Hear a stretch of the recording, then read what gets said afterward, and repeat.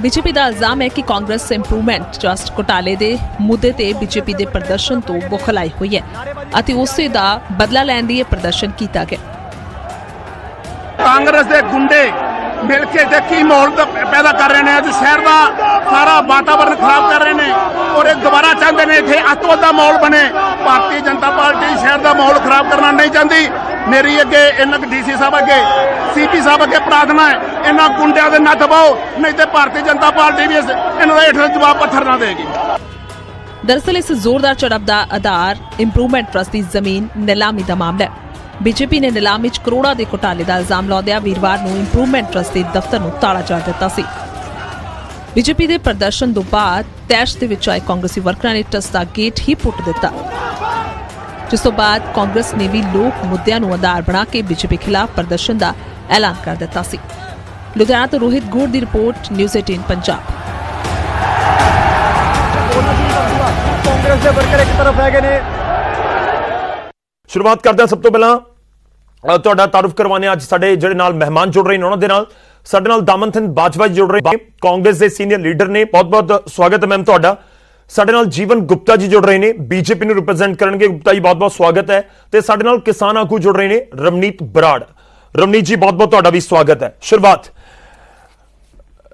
दामन सिंह बाजवा जी तुहाडे तो लुधियाना दे विच तुहाडे वर्कर यूथ कांग्रेस के वर्कर प्रदर्शन कर रहे सी। लोकां दा पहला सवाल यही है कि विरोध की वजह की है? किसानी नूं लैके विरोध करन पहुंचे सी या तुसी विरोध इस करके करन पहुंच गए कि महंगाई है, जां तुसी विरोध इस करके करन पहुंच गए कि 2 दिन पहला बीजेपी वाले आए सी हुण भाजी मोड़नी सी तां असीं चले गए?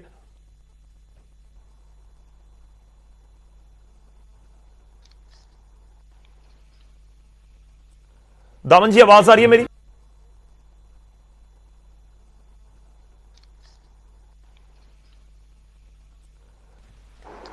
गुप्ता जी तुसी दसो, मेरा बड़ा सीधा सवाल है। नहीं शुक्ला जी देखो, मैं एक गल तुहानूं दसनी चाहना कि मेरे तो पहला कांग्रेस के मैडम शायद उन्होंने विषय का नहीं पता या तुसीं दस्सिया नहीं उन्होंने अज किसी विषय से ये डिबेट करानी है। देखो अज कांग्रेस के लोग जिहड़े सीगे उन्होंने बीजेपी के दफ्तर ते हमला किया है, जिहड़ी स्पष्ट गल हैगी है।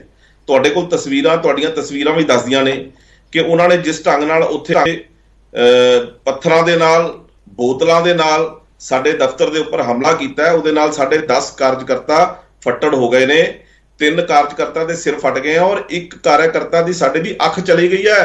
शुक्ला जी अख डैमेज हो गई है, बिल्कुल अख तो एक अख चली गई है। फिर वही कह रहे ना सर, तुसी विषय के ऊपर जा रहे हो, मैं तो पंजाब की गल कर रहा, पंजाब च सारे विषय आ गए। मैं तो तुहानूं वही सवाल कर रहा, मैं माफी चाहना मैं तुहानूं विचाले रोकिया, मैं तो वही सवाल कर रहा कि तुसी ये दसो ना कि हुण 2 दिन पहला तुसी गए सी, 2 दिन पहला तुसी गए सी, अज वो आ गए दफ्तर। देखो मेरी गल सुनो शुक्ला जी, असी गए सी इंप्रूवमेंट दे ट्रस्ट दे दफ्तर जिथे 300 करोड़ की जगह नूं केवल 92 करोड़ प्लस टैक्स दे नाल बेचता गया जी। असी गए सी उत्थे लोकां दे पैसे नाल जिहड़ा धरो कीता गया, लोकां दी जिहड़ा लोकां दा पैसा सी, पब्लिक दा पैसा सी, उहनूं औणे पौणे दामां दे विच अपने इंटरस्ट दे लोकां नूं बेचता गया। और उस तो बाद जदों बीजेपी ने प्रैशर बनाया ते लोकल जिहड़े इत्थों रिप्रेजेंट करते हैं और पंजाब सरकार के मंत्री ने भारत भूषण आशू जी उन्होंने ट्वीट करके उस एग्रीमेंट नूं रद्द करने की गल कही हैगी कि इहनूं रद्द किया जाए।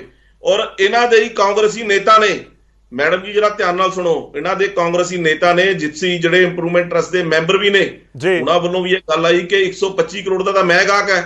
इस करके ये एडा वड्डा कपला है और एक कपला उजागर होया या पहला कपला उजागर होया इन्हां दा। इन्होंने ऐसे अनेका कपले लुधियाना के अंदर किए ने। अज एक कपला जे बीजेपी ने उजागर किया ते ये बीजेपी के कार्यकर्ता ते हमला करन पहुंच गए। बड़ी शर्म की गल है, बहुत शर्म की गल है शुक्ला जी। नहीं वो कहंदे असीं किसानी मुद्दे ते विरोध करन पहुंचे। नहीं गुप्ता जी वो कहंदे असीं किसानी मुद्दे ते, मैं जवाब लवांगा पर पहला जो बयान आए आपां तो उस दी गल कर लईए ना। मुद्दਿਆਂ ਨੂੰ किसानी दे नाम ते ਧੋਇਆ जा रहा है। पंजाब दा मूल मुद्दा शुक्ला जी ਇਹਦਾ मतलब यह है कि भ्रष्टाचार खुल के होण दईए, नशा खुल के विकण दईए, जो ये काम कर रहे ने खुल के होण दईए। दा मतलब ये है ना जे इंप्रूवमेंट ट्रस्ट दे दफ्तर ताला लाण गए हैं पार्टी दे साडे लोग, वो लोकां दे पैसे वास्ते गए हैं, वो किसी अपना परसनल इंटरस्ट नहीं सीगा, जे किसी अपने परसनल इंटरस्ट इन्होंने उहदी एवज च साडे दफ्तर ते हमला कीता आके साडे कार्यकर्ता नूं फट्टड़ करता। ਤੇ ਪੰਜਾਬ ਦਾ ਮਾਹੌਲ ਤਾਂ ਇਹ ਖਰਾਬ ਕਰ ਰਹੇ ਆ, ਅਸੀਂ ਨਹੀਂ ਖਰਾਬ ਕਰ ਰਹੇ। ਸਰ ਤੁਸੀਂ ਇਹਨਾਂ ਵੀ ਦੀ ਤਾਂ ਆਪਸੀ ਜਿਹੜੀ ਲੜਾਈ ਹੈ ਦੋਵੇਂ ਪਾਸੇ ਗਏ ਨਾ ਸਰ। ਮੈਂ ਤਾਂ ਪਹਿਲਾਂ ਹੀ ਮੇਰੀ ਗੱਲ ਪੂਰੀ ਕਰ ਲੈਣਾ ਦਿਓ ਮੈਨੂੰ। ਜੀ ਕਰ ਲਓ ਕੰਪਲੀਟ ਕਰ। ਇਹਨਾਂ ਦੀ ਕਾਂਗਰਸ ਦੀ ਲੀਡਰਸ਼ਿਪ ਦੀ ਲੜਾਈ, ਇਹਨਾਂ ਦੀ ਆਪਸ ਵਿੱਚ ਸੀਐਮ ਦੀ ਕੁਰਸੀ ਦੀ ਲੜਾਈ, ਇਹਨਾਂ ਦੇ ਜਗ੍ਹਾ ਲੋਕਾਂ ਦੇ ਜਿਹੜਾ ਅੱਜ ਕ੍ਰਾਈਮ ਵਧਿਆ ਹੋਇਆ ਪੰਜਾਬ ਦੇ ਅੰਦਰ, ਨਸ਼ਾ ਜਿਹੜਾ ਵਿਕ ਰਿਹਾ ਹੈ, ਭ੍ਰਸ਼ਟਾਚਾਰ ਇੰਨਾ ਵਧਿਆ ਹੋਇਆ, ਇਹ ਸਾਰੀਆਂ ਗੱਲਾਂ ਜਿਹੜੀਆਂ ਨਾ ਉਹ ਪੰਜਾਬ ਨੂੰ ਅਰਾਜਕਤਾ ਵੱਲ ਧੱਕ ਰਿਹਾ ਹੈ, ਹਨੇਰੇ ਵੱਲ ਧੱਕ ਰਿਹਾ ਹੈ। ਇਹ ਦੋਸ਼ੀ ਨੇ ਇਸ ਗੱਲ ਦੇ। ਠੀਕ ਹੈ ਜੀ ਗੁਪਤਾ ਜੀ, ਤੁਸੀਂ ਤਾਂ ਤਿਆਰੀ ਕਰਕੇ ਬੈਠੇ ਸੀ ਕਿ ਆਓ ਤੇ ਆਪਾਂ ਲੜੀਏ, ਇਹ ਕਾਂਗਰਸ ਇਲਜ਼ਾਮ ਲਗਾ ਰਹੀ ਹੈ। ਇਹ ਜਿਹੜੀਆਂ ਵੀਡੀਓ ਤੁਸੀਂ ਸ਼ੁਕਲਾ ਜੀ ਦੇਖੋ ਕਿ ਕਿਹਦੇ ਵੱਲੋਂ ਪੱਥਰਬਾਜ਼ੀ ਸ਼ੁਰੂ ਕੀਤੀ ਗਈ ਹੈ, ਕਿਹਦੇ ਵੱਲੋਂ ਬੋਤਲਾਂ ਦੀ ਜਿਹੜੀ ਬਰਸਾਤ ਹੈ ਉਹ ਕੀਤੀ ਗਈ ਹੈ। ਉਸ ਤੋਂ ਬਾਅਦ ਉੱਥੇ ਜਿਹੜੇ ਸਾਡੇ ਕੁਝ ਕਾਰਜਕਰਤਾ ਮੌਜੂਦ ਸੀਗੇ, ਜਦੋਂ ਇਹਨਾਂ ਨੇ ਟੋਟਲ ਦੇਖੋ 40-50 ਇਹਨਾਂ ਦੇ ਬੰਦੇ ਸੀ, ਕੋਈ ਬੰਦੇ ਵੀ ਨਹੀਂ ਇਕੱਠੇ ਕਰ ਸਕੇ ਕਾਂਗਰਸ ਵਾਲੇ, ਕਿਉਂਕਿ ਮੁੱਦਾ ਹੀ ਏਦਾਂ ਦਾ ਕਿ ਭ੍ਰਸ਼ਟਾਚਾਰ ਦੇ ਖਿਲਾਫ ਸਾਰੀ ਦੁਨੀਆ ਹੋਈ ਹੈ। ਭ੍ਰਸ਼ਟਾਚਾਰ ਇੱਕ ਬੜਾ ਵੱਡਾ ਮੁੱਦਾ ਹੈਗਾ ਪੰਜਾਬ ਦੇ ਅੰਦਰ। ਉਹਦੀ ਅਸੀਂ ਜੋ ਕਾਨੂੰਨੀ ਪੱਖ ਬਣਦਾ ਸ਼ੁਕਲਾ ਜੀ, ਉਹਦੀ ਅਸੀਂ ਮੰਗ ਵੀ ਕੀਤੀ ਹੈ, ਔਰ ਜੋ ਰਿਟਨ ਕੰਪਲੇਂਟ ਆ ਉਹ ਵੀ ਅਸੀਂ ਕੀਤੀ ਹੈ।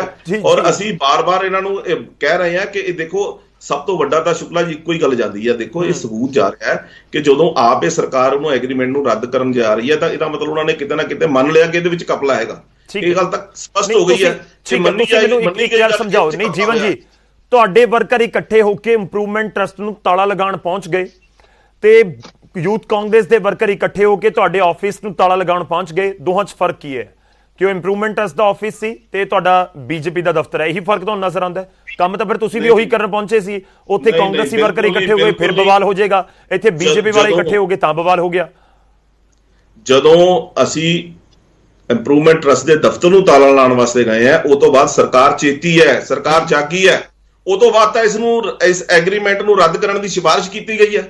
ਉਸ ਤੋਂ ਪਹਿਲਾਂ ਤਾਂ ਸਰਕਾਰ ਦੇ ਕੰਨ ਤੇ ਰੂਹ ਹੀ ਨਹੀਂ ਜਾਂਗੀ। ਜਦੋਂ ਇੰਨੀ ਵੱਡੀ ਸੰਖਿਆ ਦੇ ਅੰਦਰ ਉੱਥੇ ਲੋਕ ਇਕੱਠੇ ਹੋ ਗਏ ਕਿ ਤੁਸੀਂ ਇਹਦੇ ਤੇ ਕਿਉਂ ਨਹੀਂ ਇਨਕੁਆਇਰੀ ਕਰਾਉਂਦੇ, ਕਿਉਂ ਨਹੀਂ ਇਹਦੇ ਤੇ ਸਾਰਾ ਉਹ ਬਿਠਾਉਂਦੇ, ਕਿਉਂ ਸਰਕਾਰ ਦਾ ਜਿਹੜਾ ਪੈਸਾ, ਜਨਤਾ ਦੀ ਜਿਹੜੀ ਕਮਾਈ ਹੈ, ਜਨਤਾ ਦਾ ਪੈਸਾ, ਉਹਨੂੰ ਕਿਉਂ ਵੇਸਟ ਕਰ ਰਹੇ ਆ? ਜੀਵਨ ਜੀ ਮੈਡਮ ਜੀ, ਆਪਾਂ ਕੇਵਲ ਪੰਜਾਬ ਦੇ ਜਿਹੜੇ ਮੂਲਭੂਤ ਮੁੱਦੇ ਨੇ ਨਾ ਉਹਨਾਂ ਨੂੰ ਕਿਸਾਨੀ ਮੁੱਦਿਆਂ ਨਾਲ ਜੋੜ ਕੇ ਨਾ ਉਹਨਾਂ ਤੋਂ ਅਸੀਂ ਜਨਤਾ ਨੂੰ ਗੁੰਮਰਾਹ ਕਰਨ ਦਾ ਕੰਮ ਬੜੀ ਤਰੀਕੇ ਕਰ। ਮੈਨੂੰ ਬੋਲ ਲੈਣ ਦਿਓ ਨਾ, ਮੈਂ ਤੁਹਾਡੀ ਗੱਲ 'ਚ ਬੋਲਿਆ ਨਹੀਂ। ਦੇਖੋ ਮੈਡਮ, ਦੇਖੋ ਜਾਂ ਤਾਂ ਫਿਰ ਇਹਨਾਂ ਨੂੰ ਕਹੋ ਬੋਲਣ ਤੋਂ, ਜੇ ਇਹਨਾਂ ਨੇ ਵਿੱਚ ਹੀ ਬੋਲਣਾ ਤੇ ਫਿਰ ਏਦਾਂ ਡਿਬੇਟ ਨਾ ਕਰਾਇਆ ਕਰੋ। ਮੈਂ ਇਹਨਾਂ ਦੀ ਗੱਲ 'ਚ ਬੋਲਿਆ ਹੀ ਨਹੀਂ ਬਿਲਕੁਲ ਵੀ। ਠੀਕ ਹੈ, ਇੱਕ ਕਰਕੇ ਗੱਲ ਕਰ ਲਓ ਆਪਾਂ। ਜਦੋਂ ਐਸਾ ਹੀ ਬੋਲਣਾ ਤੇ ਗੱਲ ਸੁਣਨੀ ਨਹੀਂ ਚਾਹੀਦੀ, ਗੱਲ ਸਮਝ ਆ ਗਈ। ਕਿਉਂਕਿ ਗੱਲ ਇਹਨਾਂ ਕੋਲ ਕੇਵਲ ਇੱਕੋ ਹੀ ਮੁੱਦਾ ਹੈ, ਕਿਸਾਨਾਂ ਦੇ ਮੁੱਦੇ ਨੂੰ ਵਿੱਚ ਲੈ ਲੈਂਦੇ ਨੇ। ਬਈ ਅੱਜ ਵੀ ਕੱਲ ਪਠਾਨਕੋਟ ਦੇ ਅੰਦਰ ਇੱਕ ਨਸ਼ੇੜੀ ਨੌਜਵਾਨ ਨੇ ਆਪਣੀ ਮਾਂ ਦਾ ਸਿਰ ਵੱਢਤਾ। ਇਹਨਾਂ ਨੂੰ ਪਤਾ ਨਹੀਂ ਹੈਗਾ। ਇਹ ਜਿਹੜੇ ਕਹਿੰਦੇ ਨੇ ਨਾ ਇਹਨਾਂ ਦੇ ਕੈਪਟਨ ਸਾਹਿਬ ਕਿ ਨਸ਼ਾ ਖਤਮ ਕਰਤਾ, ਇਹਨਾਂ ਨੇ ਕਿਸਾਨ ਅੰਦੋਲਨ ਦੀ ਆੜ 'ਚ ਨਸ਼ੇ ਦਾ ਮੁੱਦਾ ਹੀ ਖਤਮ ਕਰਤਾ ਪੰਜਾਬ 'ਚੋਂ। ਇਹਨਾਂ ਨੇ ਕਿਸਾਨ ਅੰਦੋਲਨ ਦੀ ਆੜ 'ਚ ਭ੍ਰਸ਼ਟਾਚਾਰ ਖੁੱਲ ਕੇ ਜਿਹੜਾ ਕੀਤਾ ਸੀ, ਖੁੱਲ ਕੇ ਭ੍ਰਸ਼ਟਾਚਾਰ, ਮਾਫੀਆ, ਰੇਤ ਮਾਫੀਆ, ਸ਼ਰਾਬ ਮਾਫੀਆ, ਉਹ ਸਾਰਾ ਮੁੱਦਾ ਹੀ ਇਹਨਾਂ ਨੇ ਖਤਮ ਕਰਨ ਦੀ ਕੋਸ਼ਿਸ਼ ਕੀਤੀ ਹੈ। ਉਹ ਚੀਕ ਕੇ ਬੋਲਣ ਦਾ ਫਾਇਦਾ ਕੀ ਹੈ? ਬਈ ਚੀਕ ਕੇ ਕਿਉਂ ਬੋਲਦੇ ਭੈਣ ਜੀ? ਭੈਣ ਜੀ ਚੀਕ ਕੇ ਨਾ ਬੋਲੋ।